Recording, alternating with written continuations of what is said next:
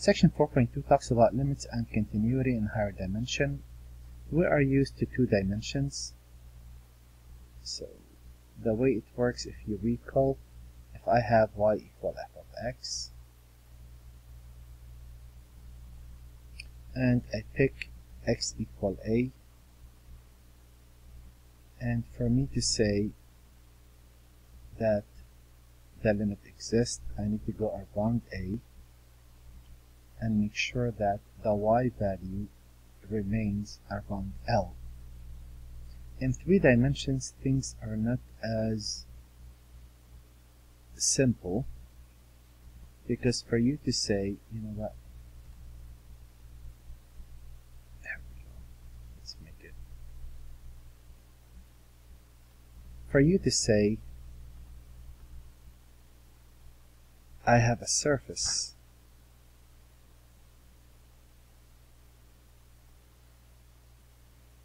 S, right? And that is z equal f of x, y. For you to say that a limit exists at a point a, b, let's say a is right there and b is right there. What you're really saying, if I go by a disk around this, let's see, I didn't push it far enough, or I didn't make the top big enough. Here we go. That will work.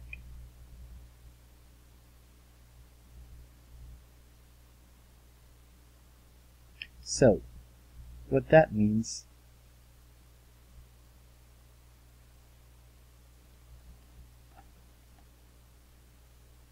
that's L, and I'm looking at a value. No matter where I go around this disk, that value will map somewhere around L. That's not simple. To show a limit exists in 2 dimensions is a lot simpler. To show a limit exists in 3 dimensions, you have to take on all the different paths you could approach this point A, B, which is not that simple. So we aim to show that a limit doesn't exist a lot more than to show that a limit exists. So here, if I look at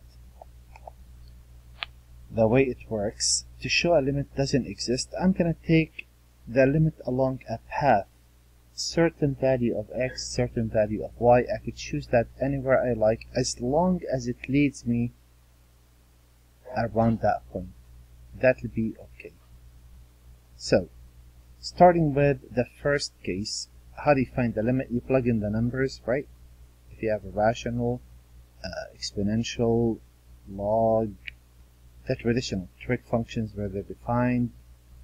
So here, if I'm taking this limit, I simply replace x by 1, well that's 1 squared times 3 squared, which is 9, plus 1 times 3 over 1 plus 3, so that same as before, that's 12 over 4.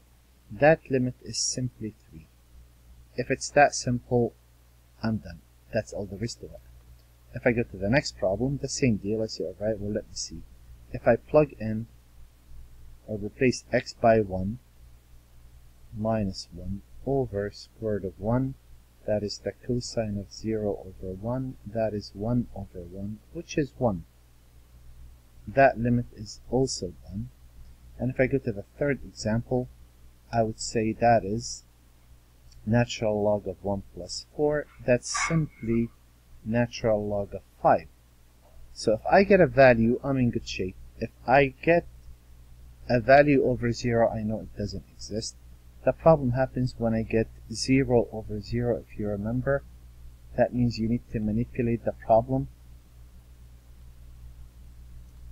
And let me do that on my next set of problems. So here, the traditional, if I take 2, 2, I'll get 2 plus 2 minus 4 over square root of 4 minus 2. That's 0 over 0. Well, if I get 0 over 0, what does that mean? That means I have to manipulate the problem somehow. That means I'm going to take the limit as x, y approaches 2, 2 of x plus y minus 4. And in the case of radical, just like we learned back in the days, you multiply by the conjugate.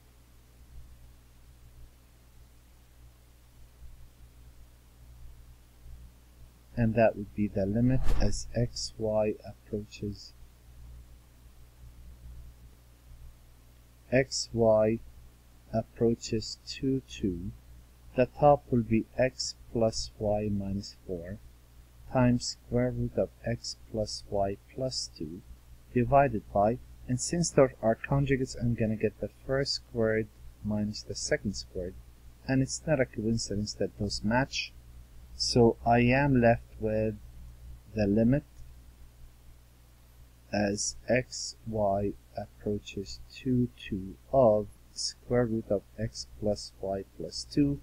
If I substitute that in, that the square root of 4 plus 2, that will be 2 plus 2, which is a 4. So same manipulation as we did back in the days, but now we're doing that on a higher dimension. If I throw 0 in, I'll get 0 over 0 over 0. Again, I need to manipulate that, and I know how that works. That is simply factoring. So what I'm trying to do, I'm trying to factor out and cancel that 0 factor, just like we did back in the days. And if I replace x by 0 and y by 0, I'll simply get a 0. If it's that simple, that's not a problem. And here, if I throw 0, 0 in, well, I'll get 0 over 0. That's a problem, but I can't really manipulate this problem. So what I do, I take a different path. The simplest, let one of those be 0. So if I let x equal 0, oops, I messed up, didn't I?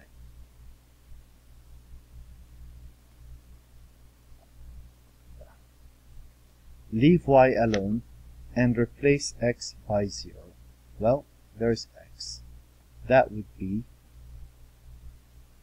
y squared times the cosine squared of 0, which is 1, over 0 plus y squared.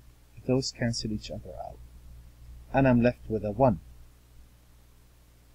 So the limit along the first path gave me a 1. Now what if I leave x in and let y equal 0? What would happen? Well, if y equals 0, I'll get 0 squared times the cosine squared of x over x squared plus 0. That's the limit as x, y approaches x, 0 of 0 over x squared, which is 0. So here, if I call this L1 and I call this L2, since L1 does not equal L2, the limit as x, y approaches 0, 0 of y squared, the cosine squared of x, over x squared plus y squared does not exist. Now this might seem to be a bit messy and you don't like it much, but it's a lot easier than you trying to show that this limit exists. Believe it or not, that's a lot simpler than the alternative. So anytime I get a limit that doesn't match, what I try to do, I try to show if the limit doesn't exist before I go for it existing, because to show a limit exists is a lot of work. So 4 dimensions, no big deal.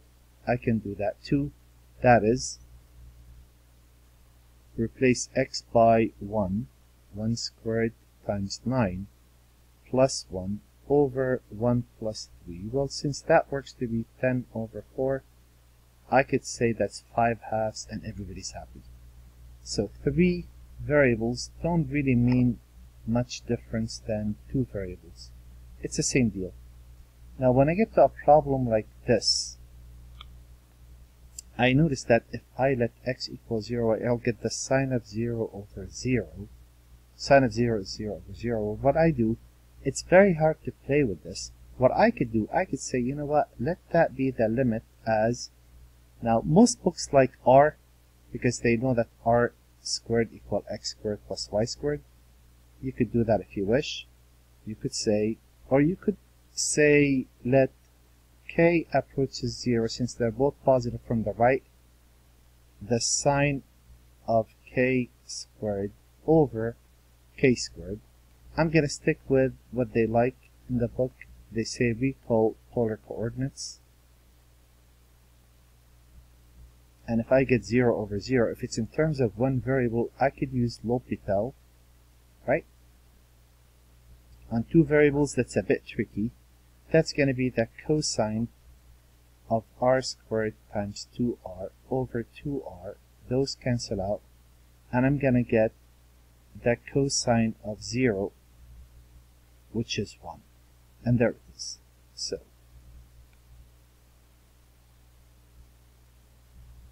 and what if that doesn't work? Well, you could manipulate it differently.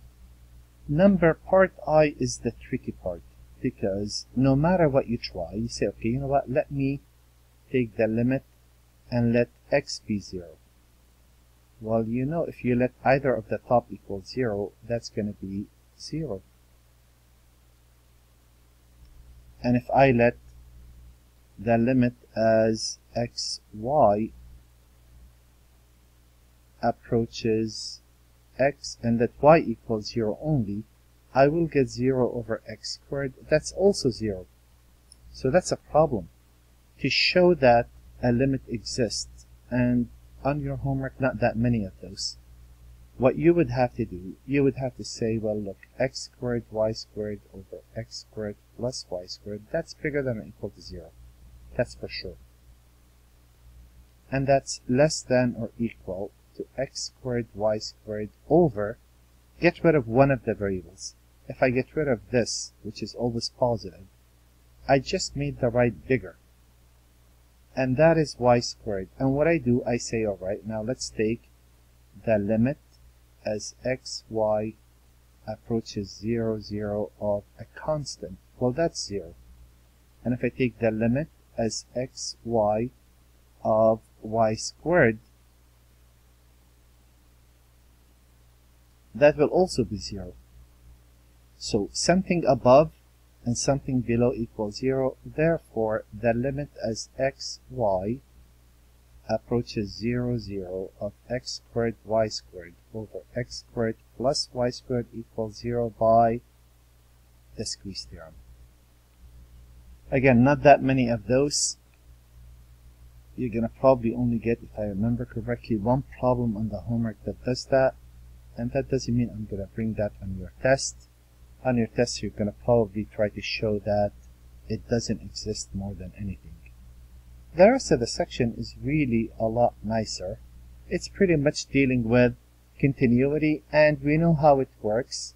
A function of two variables is called continuous at ab if the limit as xy approaches ab of f of xy, the limit exists, and that equals the function.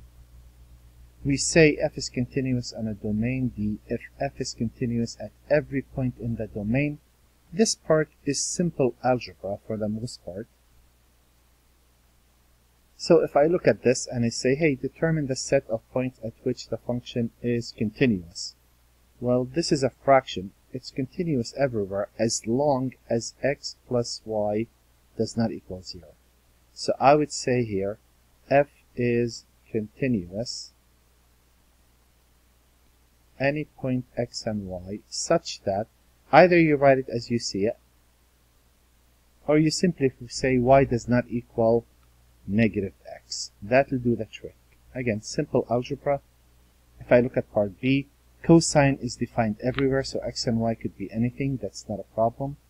But since I have a radical, I need x to be bigger than or equal to 0. Oops, it's in the denominator. Bigger than 0 strictly.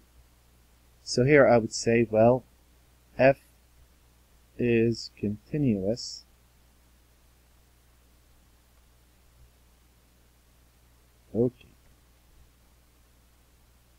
continuous for all x and y As long as x is bigger than 0, we're okay. And if I get to the last piece, I notice there's a fraction. The top doesn't really matter because it's just the sum of two variables.